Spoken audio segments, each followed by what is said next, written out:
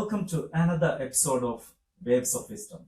Today I'm going to talk to someone from the UK who is an international speaker, a leadership thinker, and author. We are recording this episode here in Maldives. She is attending the Maldives HR Convention 2026. Welcome to the show, Deborah. Well, thank you very much. It's great to be here. It's almost like a dream come true to come and speak in the beautiful Maldives. Wonderful, wonderful. Is it your first time in Maldives? No, I've been on a holiday just after the tsunami and the island. I came a few days afterwards. The island had been devastated, but we were moved up. It was a very great experience. Yeah. I can remember that very vividly. I was also in a resort at that day, and that was one of the most scariest days of my life as well. But luckily, the Maldives was not hit as hard as the neighboring countries, and we're thankful for that. Yes. So, what's the difference from that time to now? Well, I just arrived yesterday, so I haven't seen a lot. But actually thinking about the tsunami, one of my very first speaking experiences or events was way back following the tsunami, and I worked with some people from Sri Lanka, actually Tamil community in London, who wanted to come out and work with people in Sri Lanka. Sri Lanka was very bad. Yes, yeah. And I was working, as I have done over many years, with storytelling. At that time, I was a psychotherapist. I was helping people with trauma recovery, and I was invited to speak about how we can use stories to build communities and sharing stories. Yeah. But as my career has developed, I've worked more and more with leaders defining their own leadership story. I call it a leadership story, which is really about taking control of your narrative in life. In a story both about the past that empowers you, doesn't diminish you, and also a story about the future, who you can become and how you can, what you want to create in your business. So if you can tell a compelling story, compelling leadership story, other people want to join you on that story. I think that's an interesting line for us to deep dive today in this conversation as well. But before that, let's go back to how you grew up. You mentioned to me earlier that actually in your earlier days you spent in Hong Kong. And I'm sure the life must have been very different there from UK. So how your journey started? Yes. Well, up until the age of 11, I lived in Hong Kong, which we've talked about. The Maldives was a protectorate of Britain, and Hong Kong was a colony of Britain. And I went to an English school. I have English parents. So in some ways, there were many similarities, but the lifestyle was very different. It was like here, very warm, hot culture. There was a very strong Chinese culture as a prevalent culture there. And I found it a very interesting and exciting place to grow up with this mix of cultures. I loved that. And I spent a lot of time also in and out of the water, swimming and going on boats. And when I was 11, I went to boarding school in England. It was very different. It was a big culture shift. You know, going into a boarding school with lots of other children who'd grown up in the UK, they had a very different upbringing to me. And in fact, I went to many different schools, and it made me very adaptable. And in some ways, that's a very good thing, because through my career, I've learned to adapt to different cultures and to understand that each culture and community thinks differently, but learning to engage with different types of people has been really critical for my career. However, the downside is, at what point do we start abandoning our true selves, our truth, because we adapt to different situations? So I always think it's an interesting balance when we're leadership facilitators or speakers or trainers. We have to both adapt and accommodate to the culture and understand that worldview, but also bring a new worldview. And that served me very well in my career and made me understand everything is just a story that we tell. It's a very interesting perspective. So growing up in Hong Kong, what was your passion? Well, I was only a child, but there are two things I'd say about Hong Kong. One thing is what I call the Hong Kong mentality. In Hong Kong, people are not afraid just to build a new building and bring it down, just to change things, to do new things. It's a very enterprising culture. As you know, it's a very financially oriented culture, but there is a sense of possibility. And in a way, I think somewhere like Dubai and the UAE have become the next version of that. I mean, Singapore as well has that sort of attitude where you can create new things and there's a lot of opportunity. And I love that. So I did notice a contrast when I went to the UK, which is much more about preserving tradition. There, of course, is an edgy culture in London, but in the UK. But there's also a more traditional approach to preserving what's good. Both have their qualities. So I would say growing up in Hong Kong, I did love that sense anything is possible. And I hope to preserve that through my life, that anything is possible. You can create anything, even if it doesn't yet exist. And you don't always have to, sometimes the old legacy ideas don't serve us. Sometimes the old legacy ideas are very useful and we can build on them. But sometimes we need to have a fresh way of thinking.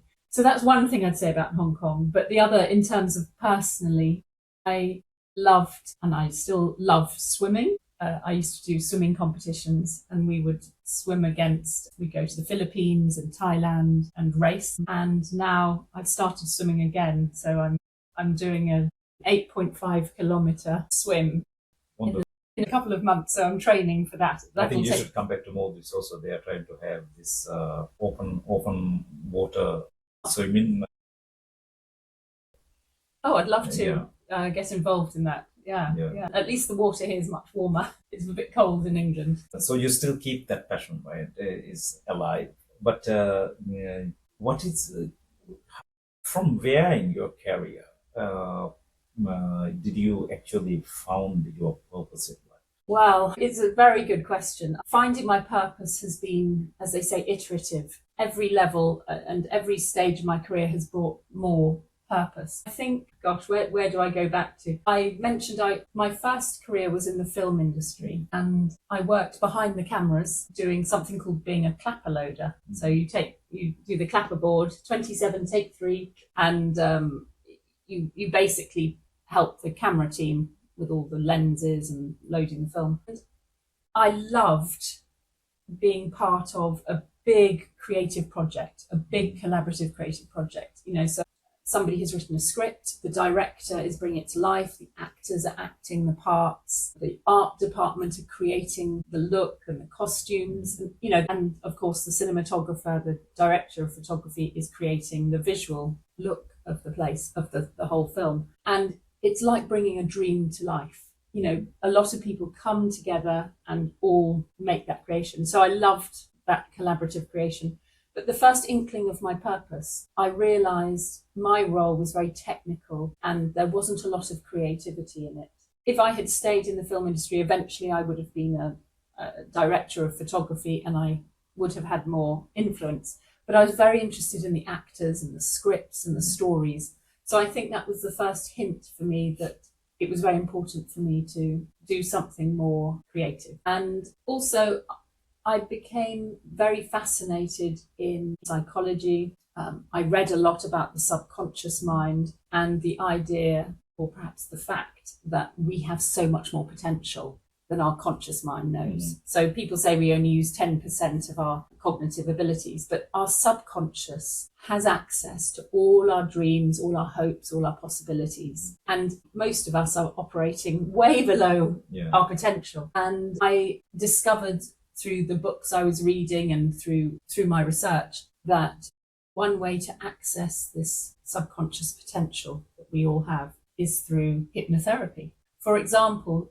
the first thing I learned when I trained in hypnotherapy was just help people stop smoking. If somebody is a smoker, they have a story or a belief, I am a smoker. And to help them to stop, you don't just help them change that identity belief, you help them change that story. To say, after this experience, I can be a non-smoker. And they go out into the world with a new identity and a new story. I am a non-smoker and I'm delighted to say no to cigarettes. And that immediately shifts them. I mean, hypnotherapy is one of the most effective ways to stop smoking and do habit change. So I discovered a new purpose because it was about, I qualified in clinical hypnotherapy and I started to work with people, women who wanted to give birth naturally using hypnotherapy and to feel they could cope, other people who were changing habits, changing identity. Eventually, I started working for people stopping drinking problems and drug addiction, and not just using hypnotherapy, but using new stories, new identities, using image making and art, but really shifting at a very, very deep level who they thought they are and who they thought they could be. And that gave me a lot of purpose. But then the next level was I realized that there are a lot of people working who were pretty good at their job, not people who had big addiction problems. They were functioning. They had a nice family. They went out to work, but they were operating just below their potential. They were not operating. They were excellent. They were receiving good salary, but their hopes and their dreams were not released. And I discovered the work of a book called The Big Leap by Dr. Gay Hendricks. And he talks about the idea that we can be in our zone of excellence. And that's almost the worst place to be if we want to get into our zone of genius. Our zone of genius takes a risk. Sometimes we have to risk being who we were. Another way people put it is, don't make good the enemy of great. Yes. So if we're competent, if we're working fine. From good to great. Becoming good to great, because sometimes people feel safer to stay good. It's a risk sometimes to be great, because some people say, if it's working, why fix it? And yes, it's working. But I'm very interested in not just people working okay, or people not just being content. I want people to feel really excited and engaged, excited by their life and passionate and joyful. So this is this threshold into so what you're saying that became your purpose. It's amazing, Deborah, when I talk to anyone about their purpose, because I'm specifically going to ask this question from you, because you are from the psychotherapy and your background is that actually why whenever somebody finds a purpose, when we talk about their purpose, it's always bigger than themselves. It's always about others. Why is that? Is there's a human psychology which gives certain level of satisfaction, or a biological or an evolution within for human beings? Is there anything related to our evolution of our psychology? Because whenever we talk about purpose, it is always bigger than ourselves. Yes, I think that's such an interesting question, and it's not one I've really reflected on. But as you were asking it, I was reflecting on how I talked first about working in the film industry, sort of the collaborative experience. And I think at first we very much want to be part of a community. That's psychologically, we need to know, where do I belong? What am I part of? What's my identity within my group? So what's my identity within my group? And then when we feel enough safety, we can start to say, okay, who am I differently or uniquely? What are my own unique ideas and thoughts? So then I think we move from being part of a group to discovering, I hope if we go through this evolution cycle, we start to have our own perspective. And sometimes that can be a selfish phase of life. Often it happens in people's 20s and 30s. It's, who am I? How do I get on in the world myself? And we perhaps think less about community and more about our personal sort of ambition. I don't think that's so connected with purpose, but I think it's part of the evolution. And then as we go further in, we start to feel more purposeful when we are again part of a community and a collaboration and a group experience. And I think for me, that's the natural evolution and why we love to come to conferences and gatherings, and we will invest money. I'm very tempted to talk here about what AI is doing and the virtual world is doing to this sense of community and collaboration, but I won't go into that just yet. Yeah, interesting. So from there, you have gone on to write books and speaking and training, things like that. And this is one of the books you have written, right? Your leadership story. Use your life experience to influence and inspire. I think this connects very much with the theme of my podcast, the series which I'm doing on becoming unretirable. And because I'm also telling people to find their purpose and become passionate about it, so then they can actually inspire, or they can make life better for others, or they can continue doing that without Yes. having to think of like the traditional norm of retirement. Mm. Mm. So how you came about, or what made you think of writing this book, and what is the story behind the book? The story behind the leadership Yeah, story. So as I said, I'd worked with people in trauma, addiction recovery, some very severe cases to get into to refine their sense of self and their new story. But I thought, how can we? I had then a bit of a change of pathway in my career. Before I asked that question, how can people who are good go to great? So I yes, had worked with people who were suffering, they were in difficulty, get to good. But I think what's behind this is going from good to great. But before I wrote that book, I had a change of career because I wanted to work with people in the corporate world. I'd worked with people who were struggling, but I wanted to work with people who were already successful. And I knew I had some work to bring to those people. And so I went to worked in one of the big four, EY. I worked in marketing, financial services marketing, and specifically I headed up relationship development for EMEA clients. So it was about connecting with other people, building relationships with clients, and helping the partners do that. So this could be through events, through speaker-led events, or it might be other gatherings, round tables, and that sort of thing. And what I always believed very strongly in during that time is business is so much more than a transaction, a financial transaction. When we have relationships, we get to have more opportunities, we get to attune with what our client wants, we get insights. And so through that phase, I learned a lot about the importance and power of the human side in the corporate world. And I suppose that gave me a bit of a mission when, after a while, I left to train and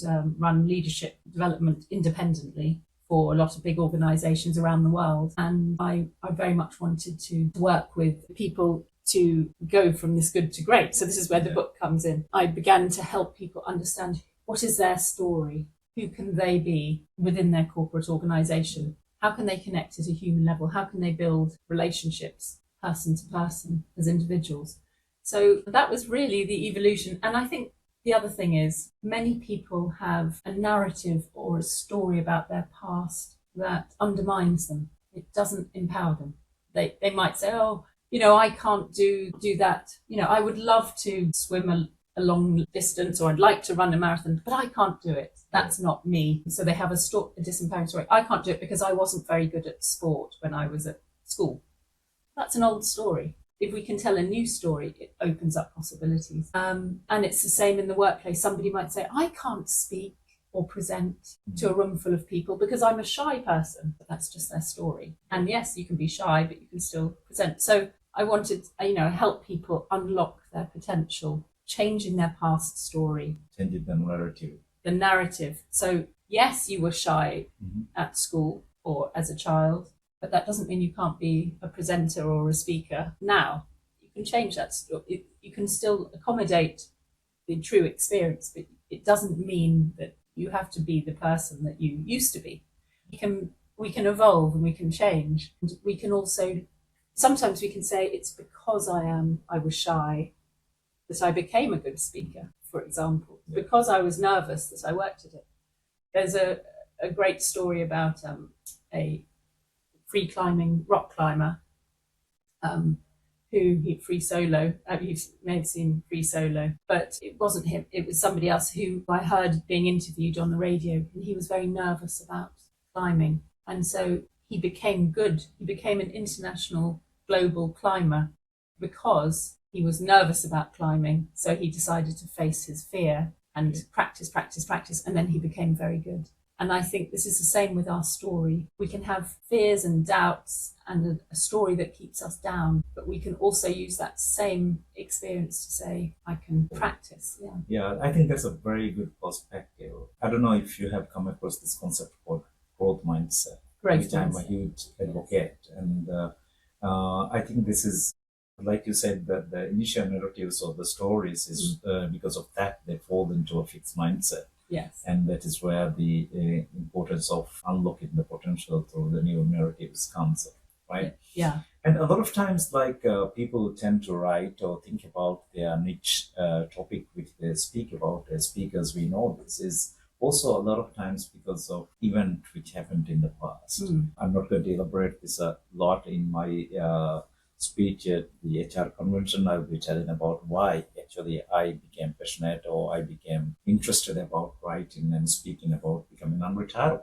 Yeah. So like that, do you have any narrative or any story or any incident or which happened in your life which actually made you wake up one day and decide, okay, this is something I have learned or something which has impacted me, something I need to tell to people?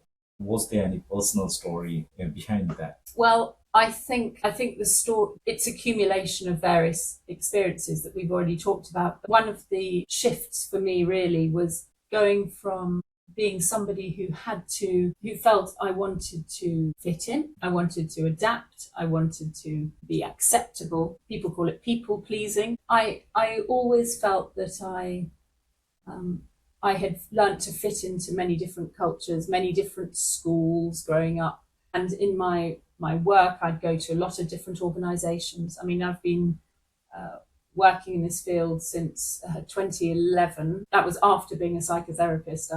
I've been working with companies doing training and workshops. So it's been a long time, 15 years at least. And I was always adapting to these different rooms, and I felt I was showing up to be who people want me to be. And that came from this background, sort of, I suppose, fitting into schools, because everybody needs to belong. It's actually a primal human necessity that we belong. But I also recognized every culture I went into was not the true culture. It's just one culture, one environment. So fitting into all these different environments made me really aware of this thought, who am I within all of this? And I think it's just taken me courage and confidence over time to show up. I mean, as a speaker, we have to show up as our true selves. We can't show up being, I don't know, a mimic of another speaker, because we'll always be worse than them. Whereas you are the very, very best IAS there is in the world.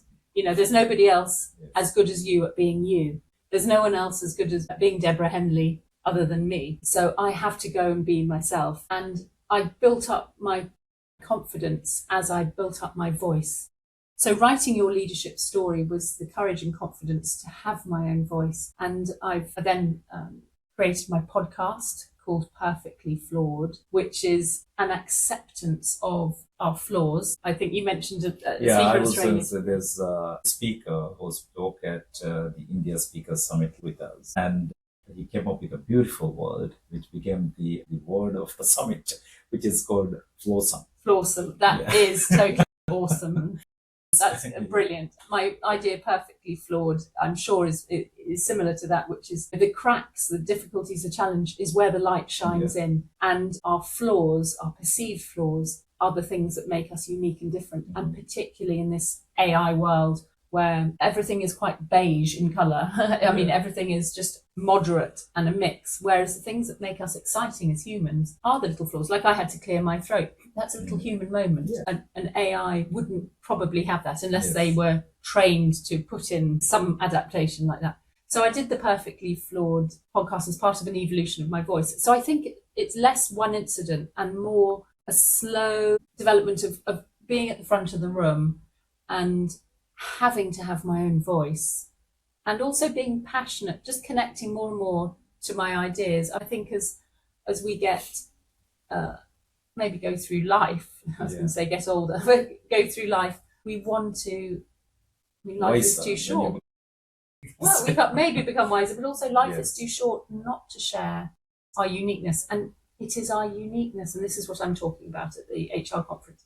It is our unique humanity that is our greatest value in today and tomorrow's world. In tomorrow's world, the virtual, the AI, the artificial is all going to be there for us. We can get it all.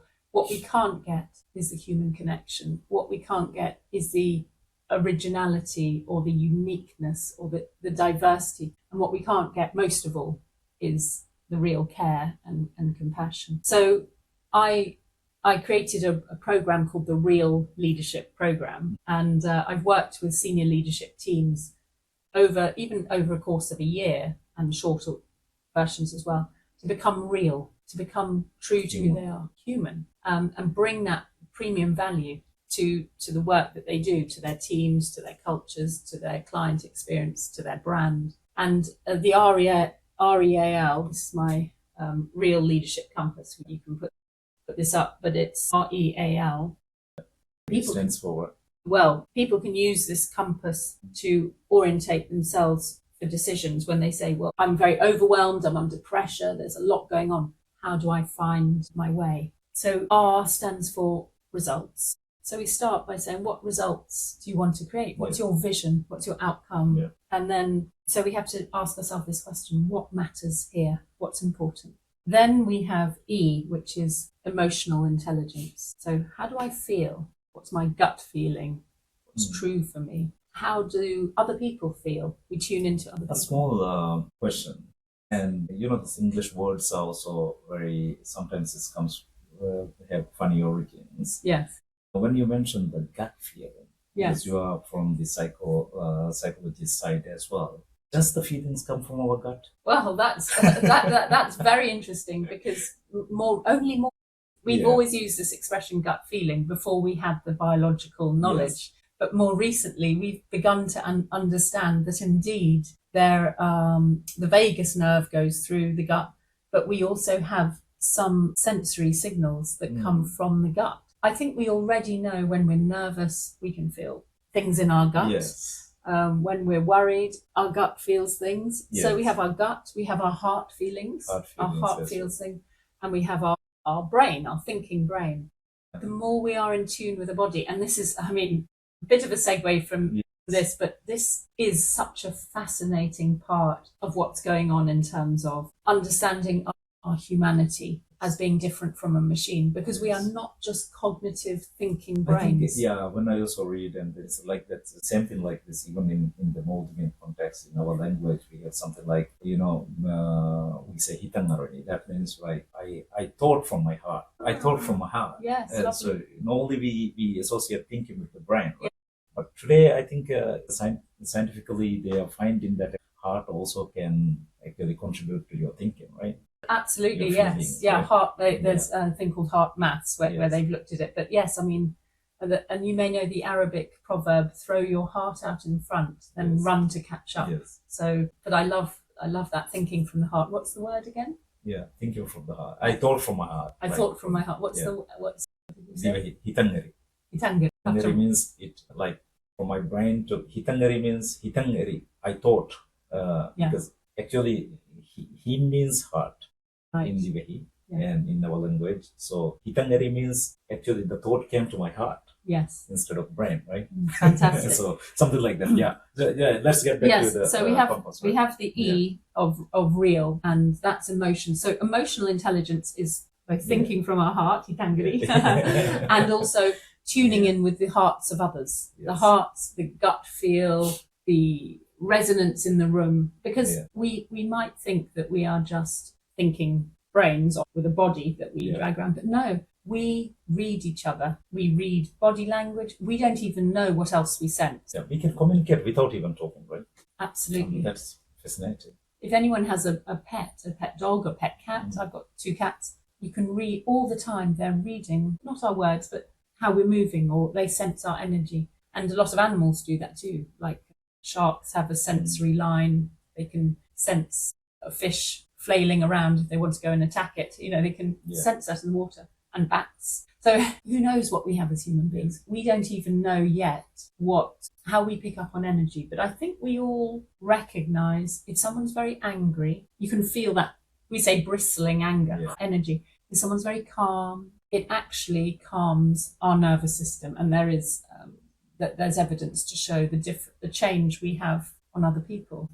In psychology, it's called co-regulation. So we can when we regulate our own system, we regulate others. So as far as leadership goes, we as leaders need to be very emotionally intelligent. We need to show up and be in tune with not just our brain, but our gut feel, our instinct, and also regulate our team, the people who follow us. And as a speaker as well, we need to be able to show up on stage and control and manage our emotional state. It's really important because when we're on the stage, we lead the entire emotional experience for our audience. So if we're passionate and excited, as I'm excited about this topic, so that's going to come through and interest people. But if I'm not passionate, I'm just going blah, blah, blah, that's not going to excite people. Yeah. So we go to the A. A is being authentic. And we've talked already quite a lot about being authentic, which is true to you. Be the unique you. Don't try and be somebody else. Show up as you. A leader needs to be able to show up,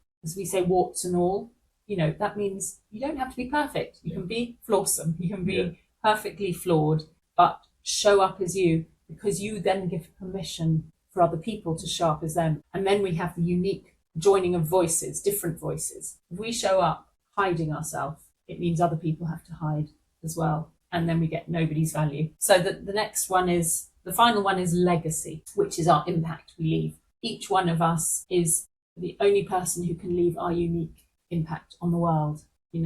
It's back to, each of us have our mission, have our purpose, and we are the only one who can fill it out in exactly that way that we can. So when we show up with that connects so beautifully with my concept of unretirable as well, because in my unretirable framework, actually the top, the ultimatum is the impact you create, or the legacy you create. Yeah, so that connects a lot. It's quite interesting, your real leadership framework. I'm definitely going to read that book and then deep dive into it. But Deborah, there's one thing I am still a little bit struggling to figure out. When it comes to purpose, we understand now there's bigger purpose. What is the satisfaction we will have at the end of the day when we are our later years, and what we have done and what we were. Passion, yes. Passion is something which keeps on changing, right? Because I can remember that as a child I was passionate about something, but as a teenager I was passionate about something else. In my 20s, 30s, I was totally passionate about something else. Yeah. But currently I'm passionate about something else. So how this changes, or how you can assure that you are passionate about this purpose, the one you want to give back, or the purpose you want to live in life, how you can ensure that you are passionate every single day and keep going. What makes you passionate about with your personal experience? Yes, although what I was going to say is we have to think about it in the right order. So if our passion is what drives our purpose. If we start with a purpose, if we use our thinking brain and start with a purpose, then we might have to work hard to create the passion to get there.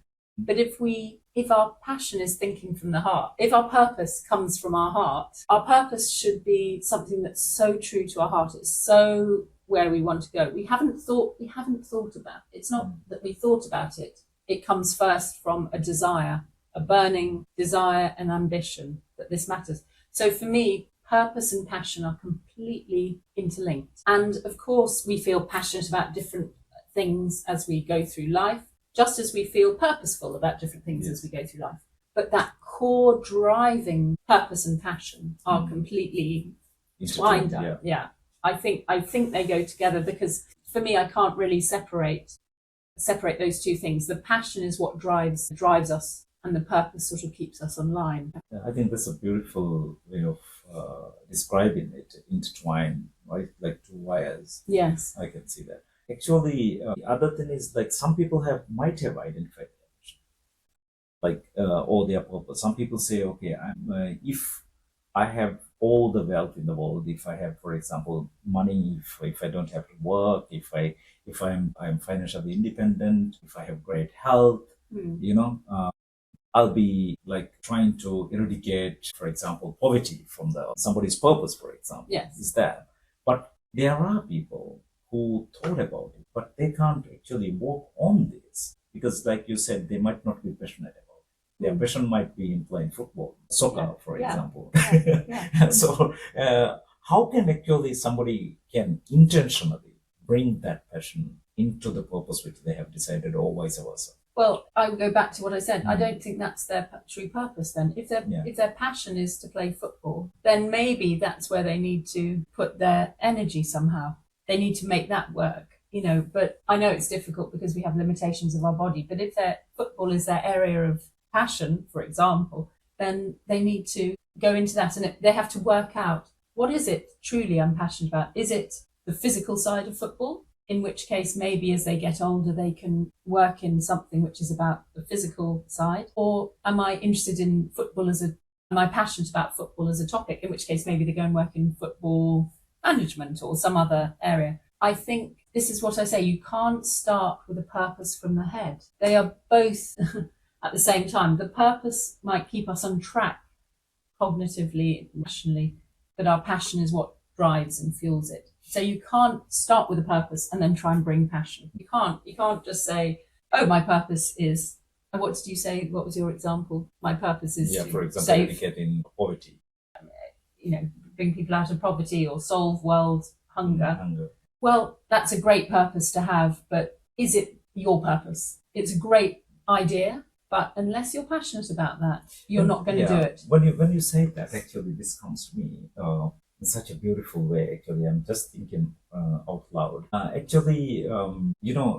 How we can intertwine or marry these two is, I think, for example, I was thinking, for example, if you're from a well-off country, Western country like UK, for example, and you have been a footballer all your life, say Beckham, for example, and then now you found that actually your purpose is actually eradicating poverty or hunger and something like that. Actually, somebody like Beckham, if you find that this is a passion, he can go to a place where there is poverty, for example, in Africa or Asian country where there is less developed, where there is a poverty, and he can open up a charity which promotes actually teach football for the kids and academy or football grounds or something like that, and try to have so basically build an ecosystem around football where you lift these kids up and bring them to the developed world through football and let them build a career through football and things like that. And a lot of footballers, that would be a really that's great, amazing story if somebody did that. Well, they do. I mean, there are international, globally recognised and very well paid footballers who invest a lot. Like in Brazil, I mean, I don't know enough about football players, but my son is a mad football fan, and he tells me occasionally about Brazilian football players who are bringing money back into their favelas, into their poor areas. And a lot of footballers have come from I read the other day an article, many have come from single parent families, and they're doing a lot to support bringing fathers into more poverty, areas of poverty and bringing families together. So there are footballers that do that, but maybe because they grew up in that environment and they had that purpose. Okay, if I grow up and become somebody one day, I will give back to my community and make sure they don't have the kids don't have to live in the way that I grew up with the hardships and stuff like that. Could it be? I think, but if you think about it, the passion is almost the same driver all the way through, because as a child, that football player was passionate about becoming a great footballer, but what they were really passionate about was transforming their life. So they transform their life, and then that the underlying purpose. Purpose. Unspoken. Normally we say, okay, my purpose is this, but as a psychologist, you can say that it is actually the underlying purpose is really transforming their life. Transforming their life and seeing, is it possible to transform my life? And then as they go, so they do the individuation thing that we talked about. They start in a community and nobody's a brilliant footballer, nobody has much money, there are a lot of social problems. Then they come out as an individual, they become a great footballer. They make that individual journey, the hero's journey. And then they bring it, then they have a greater purpose, which is, I don't want to just transform my own life. I want to transform the lives of people like me. And most of our purpose is connected to who I once was. So for me, my purpose is connected very strongly to, I grew up in a very traditional sort of a family at a time when women had to behave a certain way. Probably the aspirations were really for me to have an education, but then get married and have children. And I knew that I wanted a different sort of life. And I saw through going from life in Hong Kong to life in England and being exposed to a lot of different lifestyles, I realized I want to create my own life that's different from the traditional upbringing that I had. Traditional British upbringing. Yes, I was in Hong Kong, but a very British sort of family, and traditional old-fashioned ideas about both women and about who I could be. And so my passion was, what about bringing the heart, the humanity, the creative insight in, and also in Hong Kong, it's very much a financial area, financial district.